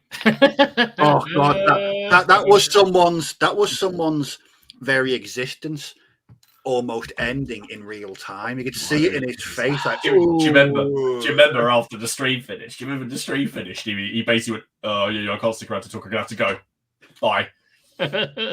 So he had to go and break it to her because he told all of you before he told his family. He did. I mean, the funny thing, no one watched it. None of them watched it, so it didn't matter. But yes, absolutely. That was amazing. That was one of my favorite things. I got a message from him the next day going, I think it's okay, but I'm going to be on the screen next week. Andrew says, I'm still watching through the replays. I can't wait to see all these developments. If you can, tell us which if you're not too much, if you see one of these funny moments, tell us the timestamp in the episode. Yeah.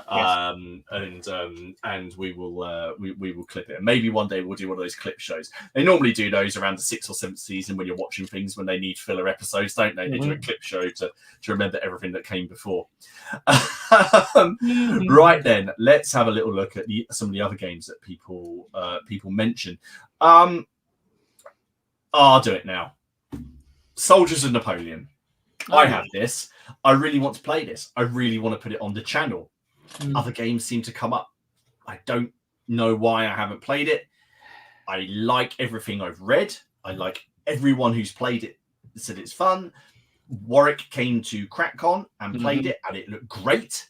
Why not? You've got it, haven't you, Dom? I have exactly the same problem. Exactly the same. I bought it. I've seen games of it. Yeah. It looks brilliant. Card driven, but really interested in developing mechanics. Yeah, I like that. Yeah. In the chat, who's played it? Like, why not? Is it James? Have you actually played it, or have you played it, or not? I know you. There was some talk in the chat on the post about you running some. See, Robin and I. This is a game that for about a year, Robin and I have been saying, next battle report, we'll do Soldiers of Napoleon, have a break, and then it's just like, I want to get on to Crusade. So, is it just? Probably an unplayed game I want to play. All right, okay, we'll do it after the next Crusade game. Do you know? I think part of the problem with these games, and you can see them, and they're great mechanics, and they're really interesting. They look really, really fun, but unless you are really dissatisfied with the rule system you're using for that period, it's really hard to change. Yeah. Right? And I think the problem is, for all its faults, Black Powder's brilliant. And if I change systems for a mass battle Napoleonics, I play General d'Armée, now General d'Armée 2. And to then change to a third system, I'd have to not be satisfied, or it have to be so brilliantly better to make me move. Or my wargaming buddies who I play with go, let's change over and let's try it out. Otherwise, I just don't have the energy to embrace another rule set, however good they look. I think sometimes rules like a big comfy chair, aren't they? They are. You don't want to leave that comfy chair. And if you do, it's got to be an even comfier chair. Exactly, yeah. Yeah. I'm like this about films. I'm like this about films now and going to the cinema. Because I used to love going to the cinema. But since it became quite expensive to go to the cinema, I get really eggy if it's crap. I went to see the most recent Omen film, and I'm so 50-50 about it. I decided to be more positive about it just so I don't get angry about wasting the money on it. I was trying to explain it. I was trying to explain war games. Yeah, I was trying to explain to my girlfriend watching the film. It's the same as a war game. It's an investment in time. Yeah, and you're not getting that time back. Because if I want to, sit down and watch Pearl Harbor, I'm not going to get that time back, am I? It's like playing a war game. Imagine prepping for it. You paint all your figures and you play it, and you think, well, this is an utter pile of crap. Yeah, it's really it's a big leap. It's a big step. It is. I feel like that, and even more if you invest the time in making a video about it. Yeah. Oh, that's a double whammy. I mean, because I was actually, and Miller's going to should be here. We did play our. I can't remember if I said it on here or not. I think I've told you this outside this. We filmed our last game of Rangers of Shadowdeep in December, and we had a great time. But when I came to make the video out of it, I just don't think it's going to be. I just don't think it's. It was too, because the whole point of those games are that they're casual, but it was probably too casual. I can't edit it in a way. I would have been better doing what you did, Dom, and just letting the camera roll. Yeah. But it just wouldn't work, and I've decided I'm not going to put it out because I will just play another game and say this is what happened because I just don't think it. After the time and effort it's going to take to edit the bloody thing, it's not going to be worth it. And I kind of feel that way sometimes about the games. If you're going to do them for the channel, I'd be completely up for going and playing these. But when you is that sometimes what holds these back? Is that why they don't get the exposure? Because people don't want to invest the time into playing them? Just saying that, I might do an experiment. I might do like an introduction to Space Weirdos. Yeah. And go over what it is, the mechanics, etc., and just see how crap it does. And that could be an experiment.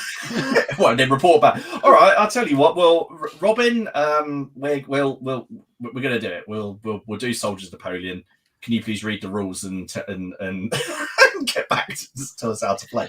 And then we'll do the same. Dom, you pick a game. Do something. Yeah, see, I have less of an issue with doing the videos on something because my channel is never It's not, is, look at the different games that are on there, different rule systems. There's Yeah. tons of them, because it really is what I play every week Yeah. at the club. So I'm less concerned about that. But I think my problem with it is the fact of diving into, it's like, was it Fortitude and Valor or whatever it was? Oh, Valor, yeah. Valor and Fortitude. Similar. It looks very promising. I've seen Steve do some games of it, and it looked kind of interesting. But am I really going to bother to sit down and spend? I play one game a week if I'm lucky, and I'd rather play. I know that I can go down the club and have a game of Black Powder, Napoleonics, or General Dame, and have a really good night. To start again, I don't know. It'd have to be something really. Maybe that's what we should do, though. If he does Space Weirdos, I'll do Soldiers Napoleon. Maybe you should do a solo game of. Somebody recommend something. Actually, Burrows and Badgers. Badgers. Bad idea. Burrows and Badgers. Burrows and Badgers. Morkborg. The what? Morkborg looks ace. What the hell is that? It's a heavy metal skirmish role-playing war game. Well, it's also a role-playing game. If you imagine like heavy metal covers of albums in a war game, that's essentially it. Okay. Okay. That's not an okay. I'm going to do it. I'm not going to do it. That's anyway. my brain still processing that. There's a bit of a. No, I'm not doing that.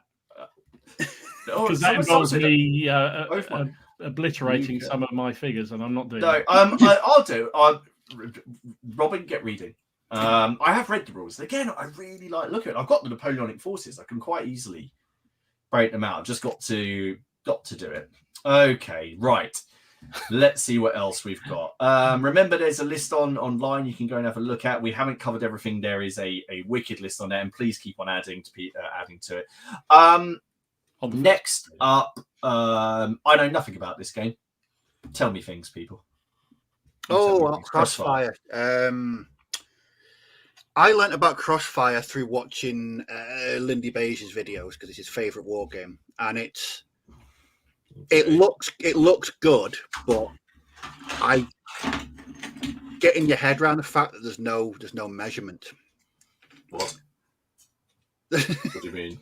Yeah, that's no. Just keep moving, don't you? Until So I tried to look up a little bit about each of the games, and I know I've forgotten some of it as we're talking, but this one I didn't manage anything. Actually, Lindy Beig's got a great video called "Introduction to Crossfire," and essentially, the game's played on a really heavily terrained board, and it's all about employing sort of actual tactics and thinking about what's important versus what isn't. So if you lose the initiative, that's your turn over. So it flips to the next person. But your turn, so you could be like, I want these infantry to scoot across there, jump over that railway embankment and hide behind that shed. Now, if they're not stopped by being shot at, not being shot at or seen, they carry on and they can do something else. So they can say, well, I've not been shot or seen. We're going to move around this shed and we're going to take cover behind that fence. And if they're not seen or shot at, and you just keep going until you lose the initiative. Okay. But yeah, I think is it Artie Cunliffe wrote it. I think he was challenged to develop a rule set that didn't involve measuring. Andy says it might be the cleverest rule set ever written. Interesting. Okay. And even the combat is quite simple as well. It's all about suppressing, and yeah, I mean, yeah, I think because Simon says a Little Wars TV, I think they did a Foy game with Crossfire. They did two rule sets on it with the same game at Foy. Yeah. But if anyone's interested in Crossfire, check out Lindy Beig's. He's got a playlist all about Crossfire, and he introduces it and the mechanics really well. I think it's another game these days. It's really difficult to get hold of. Okay, but I presume there'll be a PDF floating about somewhere. There will be somewhere. Dom, have you never played it? No, I never have, mate. Oh, no, right. Never have. And it's one of those games. Sort of, I've been conscious of and aware of for many, many years, and it's sort of floated around, sort of almost in the peripheral vision, but never actually done it, and I don't know why. So I think the actual concept is really, exactly. Yeah, Matt's definitely right. Yeah. You can't just say, well, I'm going to advance over there. It's like, well, if I'm going to advance over, if I fail the initiative, that's my turnover. And I could have, 3, 4, 5 different things I want to do before I do this. But yeah, it's a really interesting rule set. Okay. All right. Okay. Caliber sells it. Oh, there we go. Oh yeah, that's where I went to get this picture. So another one, which there's only 2 left that I had to look at, and these are on the smaller side. And so the first one, I've got it. Carl kindly sent it to me a while ago. Now I've played it and I really like it. I don't play enough of it. It gets rave reviews for its miniatures and its setting and its whimsical look at things, and that's Moonstone. Oh, Moonstone, yeah. Oh yeah. You had people down your club playing this, didn't you? Yeah, Rob? a few times people play it down the club, and it looks amazing. I mean, it is entirely really card driven. There's no dice. Yeah. Well, actually, that's a lie. There's D4s that you hold above the board and you drop, and then those are the moonstones, and the number is how deep they're buried. So you move next to a dice and you spend an action. So if it was on a 3, you then move it to a 2, then a 1, then you've dug it out of the ground. So that's the only time. But so that's how you kind of like scatter objectives. There are other missions in it, but that would be a basic game. You'd have your little war bands. There's no points. It's just models. You just play 4 or 5 models aside. That can be like some massive ogre as well. It's quite balanced in that you could have just a warband of giant monsters fighting against like little dweebs, it looks amazing. It does look good, yeah. Well, yeah. They often win all kinds of awards, don't they, for it, and for the miniatures and also the game. So I think it's a tremendously popular system, but I've never played it. Moonstone players in the chat? No, I've played a couple of games. John said. Sorry. Doesn't Lazy Paul's offer some dinner. Oh, I know, Paul. Yeah, Paul. Have a nice dinner. I think Lazy Pirate Painting. I think he plays Moonstone. I've seen him post a few pictures of it in the group. There you go. John says played Moonstone this weekend. Really interesting mechanics, but in the US, the starter is very expensive. Carl, I say, very kindly gave it to me. It comes with like a few bits and bobs, but I think you can get everything like separately. I think the miniatures were poured resin as well. I know some people have had a hard time with some of the minis. They are very intricate. They are really nice though. Okay, so I'll go on. They do look amazing. Yeah, they do look really nice. Amazing. So if you're in for something whimsical, I couldn't find a picture of the rulebook. Carnivale, published by TT Combat. Now, I can't remember who originally published this, but essentially, it's like a cross between Assassin's Creed and Call of Cthulhu. So you have a skirmish game, set in the streets of Venice, although I guess you could send it anyway. And you have those sort of traditional. Oh, well, this isn't a traditional one. This is sort of like the assassins. Mm-hmm. You also have like mental jugglers. You also have demon monsters and shark monsters. And from what I saw, you can basically play it as fantastical as you want. You don't have to go in for all those elements. But what people really like about it is the sort of interaction with terrain. It's published by TT Combat. There's a decent looking starter set. It doesn't cost the earth, from what I understand. And it gets a fairly good showing at clubs, but again, very hard to find like a lot of content on it. I know On Tabletop have done some stuff on it, but to find sort of regular content, is this something that's crossed your path at all? I'm pretty sure. I may be wrong, but I'm sure I saw that being played at York. It's a very similar setup. I'm pretty sure. If it was that game, it looked really good. I've not played it. I don't really know anything about it. I don't quite know how the system works. It reminds me of a game that I have played called Freebooter's Fate, which I really enjoyed. But I don't know. But it's interesting. It's quite a few people have sort of suggested it. Red 7, great game. Can also cover 2 to 4 players easily. Oh, there it goes at York. Look fantastic. Right. Very popular at my local game stores. Yeah, there is a lot of warbands. I did go on the website. There was an awful lot of stuff on there. I think Miller was even thinking 2 levels of starter set, great miniatures, and love the way you jump around. Is it? I assume it relies on being terrain heavy. Yeah, I'd assume so. Must do. But I've considered using that TT combat terrain to make a Budapest board for Operation Squad, but it's again just something that never happened.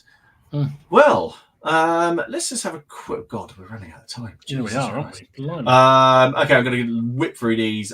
Big City says he hates flavored liqueurs, but that peanut butter whiskey was great. Don't believe you. Alex says a few games that should get more coverage are Trench Hammer, 5 men in Normandy, 5 men in Kursk, Fireball Forward, Rommel, and Bucher. Brian says for World War II disposable heroes. I've heard of that. Major Clanger, as rules, I've not played Wars versus Polex. I've never played Polex. Probably should. Infinity, I like Infinity, but it's Marmite to people. It's either love or hate, I believe. I'm not going to put up that one. Jane, I'll put it up. Nothing wrong with a bit of DBA. There's a lot wrong with DBA. Just saying. Oh, you had to. Dom, have you tried Chosen Men? That's the Osprey one, isn't it? I think I have, but it didn't really. I'm not massively into those Osprey games, if I'm honest. Sorry. Yeah. No, I'm the Medieval 40k. Oh, that's you on about Fire and Sword. I've played quite a lot of the first edition one, so I don't know. We'll see how the second one works out. Old School said the first Muskets and Tomahawks battle report he saw was by you, Dom. Good man. There we go. Little Legion said Sword and Spear is one to check out. Blood and Bayonets, John said, is an appearance at the convention this weekend. Play testing for the Napoleonic version of Blood and it's the Blood and Plunder, Blood and Valor. Yes. As we know, they've done the most accurate World War One. As approved by Trajanic, Flintlock, Deadlock.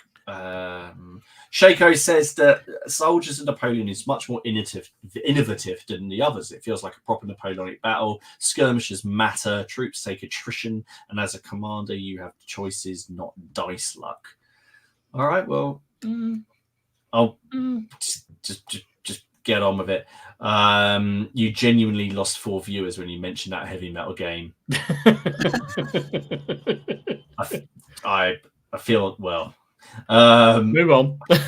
I think some is bandwidth. So some of the games, so Red Zero said he thinks some of the game is bandwidth. They come out next to in between other releases and don't get the traction at launch. Then if that game is not enough, needs dedicated community. Yeah. Again, I think it goes back to some of the stuff we were talking about a while back about companies that do a really good job of building a community, using social media to get people excited to, you look at something like General Darmade 2, right? So they pre-released that to a large number of playtesters all around the world, built up a real fanatical following from the people who love GDA. And then when it came out, there was already a lot of people out there ready and knew the game. And I just think if you do that kind of stuff, you're going to have half a chance. I think the problem is when it just pops out and there's no real preamble to it, there's so many rule systems. Unless you're very lucky, you're just not going to get the attention. Sadly. No matter how good it is. I think you're right. I think that's a fair shout. Well, I hope you've enjoyed that kind of a whistle-stop. I couldn't believe the number of comments that we got. There was like over 100 within about 24 hours. maybe this would be a subject that we can revisit. I think we should come back to it. I think it's a good one. In the future. There's loads that we couldn't cover. So if we didn't, and it was a game you're championing, sorry, it's not because I didn't want to. It's because we only have 2 hours, and we're going to go into overtime anyway tonight. But there's some games if maybe you guys haven't heard of before. Go and check them out. Check out the post over on the Facebook group. Remember that you can then also maybe get in touch with Boards and Swords, who kindly sponsor this podcast. I know, and then see if they will, if they'll get hold of it for you. I'll let you guess which one of them that I've ordered, and go from there. Should we have a look at some pictures to finish everything off? Yeah. Right. I'm going to put this up because he's taking great glee in putting this up, saying I made him do this. He volunteered to do this. Okay, for our next. The only reason the Crusade battle report hasn't come out is because I've been waiting on him to finish it. So Robin has finished making a river for our next game, as Dom pointed out, and I saw that comment you wrote.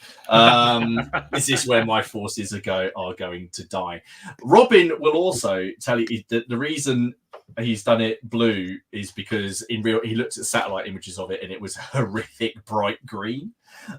In real, because it's a certain river we're actually fighting over. Like we're actually going to we've looked at the maps of where the Crusade went, and then we were looking at it, and it's going to be good fun. So I think he's done a cracking job on that. Really and as he said, he has made straight sections, and then at the end he's done 45-degree angle sections, so it doesn't sit there either, just going edge to edge, because he hates things that are going on the sort of a direct route. So very, very cool. I look forward to really good. David was playing some Old World, and I had to put this up because it's the Doom Divers, and every time I ever played Warhammer against Orcs and Goblins, I always came unstuck against these, and they're always on a hill at the back. And it just took me back to being a teenager again. Very cool. Gran Prix, I had to say. Yay! Oh, pesky kids. Love it. I know. Scooby-Doo. What else could you want? He's done a whole load of other stuff as well in the same vein. It's well worth going and checking out. Gary is starting some work on some bolt action, getting his scheme down for his German. So I do enjoy seeing it when people are just sort of doing their test minis. Yeah. So they can get their, work things out. It's really cool. James was channeling his inner Stee, as we can see. I don't know if he got abuse as well. If he posted, no, he ripped them off. He apparently ripped them off because he played a game with them, and he was a bit annoyed with the look. Which I think you should get a yellow card for that myself. He followed it up saying he didn't. Dom said he didn't like how it looked at the tabletop. So rather than just forego the destruction for a game, now he ripped them off mid-game. Very, very cool though. John. Space Weirdos. Space Weirdos. There it is in action, everyone. So flying the flag there, but it does look very, very just cool. Such a good game. It's almost like you like it, Steve. I do. Just a little bit, just slightly. Next up, one put up. Hey! These are the Wargames Atlantic, aren't they? These are look like it. The Landscape ogres. I mean, they are wicked. Wow. So when they first announced they were releasing Landscape Ogres, I thought it was like an April Fool or something, because it's not. It's not something I'd expect to, but they work so well. I think in the kit can you make them modern as well? Do they come with like rifles and stuff? Oh, I don't know. No, I'll be honest, I've never clicked on the kit. They look ace. Again, if I was in Space Weirdos, in role playing stuff, Space Weirdos. Matt has been working on Gallic Cavalry. Very nice. I'm very just finishing off that very unit myself. I haven't finished sticking mine together yet. I got distracted by other things because I sort of lost the drive on them. Jonas has been working on his Nijmegen bridge. Yeah, I mean that is awesome. He has put some other ones up. That's going to take a lot of painting, that, isn't it? Yes, I know. Paul Mackay did this. Yeah. which I know are mine. I know they're mine, but I shared it because of the ridiculous livery that he did, which is just amazing. So these are the two guys that are coming out this week. But that livery is just amazing. That's insane. It's just awesome. I mean, everything about that is awesome. I know it's I can't remember the name of the chap now that it's meant to be, but it's contemplating on the night before Towton, wondering how it's going to go the next day. He was on the Lancastrian side, so I'll let you guess how that went. But that is awesome. The armor, just really cool. Matthew, he was playing some Saga. Ooh, nice. Which is always very cool to see. I really like those. I like the color choice on those as well. Yeah, Richard. Now these are piano miniatures, I believe, that he printed off. And he was. I just noticed he's watching the PCP in the background. I noticed Steve's chin. But those look awesome. Very, very brilliant. Nice. Very I like the on campaign look. Steve, more AWI. Ooh, nice. Oh, nice. You see, I would say that's an underrepresented period. I agree. It is, yeah. The weird thing, I don't. Have I ever played a game? I don't think I have really. I think I took part in one participation game once, but I don't own anything. I got the French Indian War stuff, but not. I mean, I suppose you can use that in it. Steve has been working on these. Are Bavarians, aren't they? Yes. That's just very cool. Yes. Yes, they are. Yes, they are. I do. Yes. Which is very cool. So we've had Steve, and Stephen.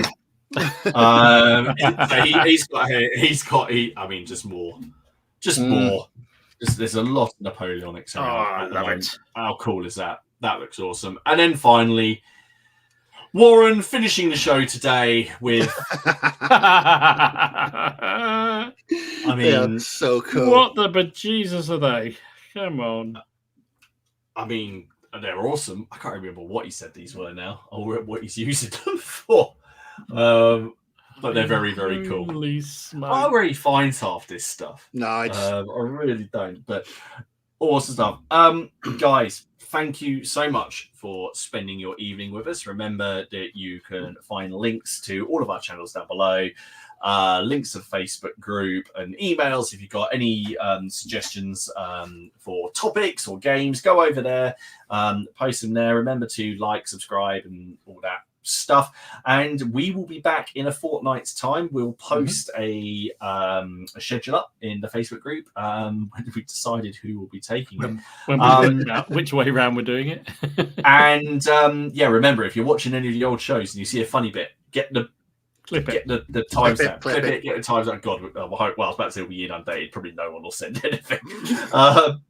Guys, thank you so much for watching. It's been expensive. Because there's something else I'm going to go and buy now. So there we go. But otherwise, we will see you all in 2 weeks' time. So take care of yourselves and good night. Have a great week. See you, everyone. Couple of weeks, even.